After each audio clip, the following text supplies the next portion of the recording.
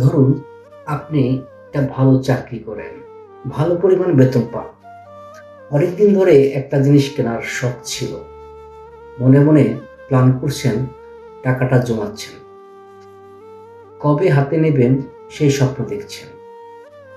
অবশেষে যখন টাকাটা জমে গেছে, আপনি ঠিক করলেন আজই নিজের জন্য সেই স্বপ্নের জিনিসটা কিনবেন।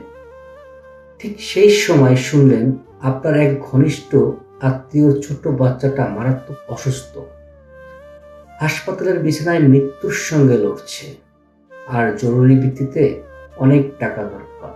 এখন আপনি চাইলে বলতে পারেন যে অনেক আত্মীয় স্বজন আছে, ওরা দিক, এটা তো আমার দায়িত্ব না।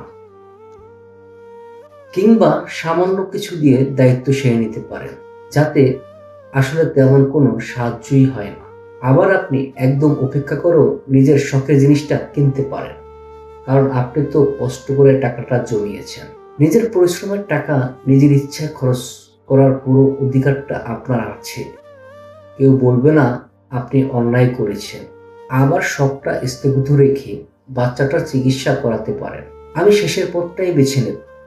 আমি আমার স্বপ্নটা কিছুদিনের জন্য থামিয়ে রাখব, কারণ একটা শখের জিনিস হয়তো কয়েকদিন পরে কেনা যাবে, কিন্তু একটা জীবন ফিরে আসবে না। এটা হচ্ছে আমার বিবেক।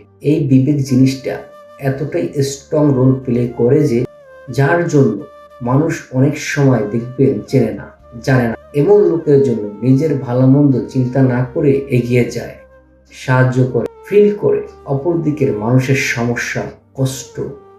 এটাই ইম্পর্টেন্ট।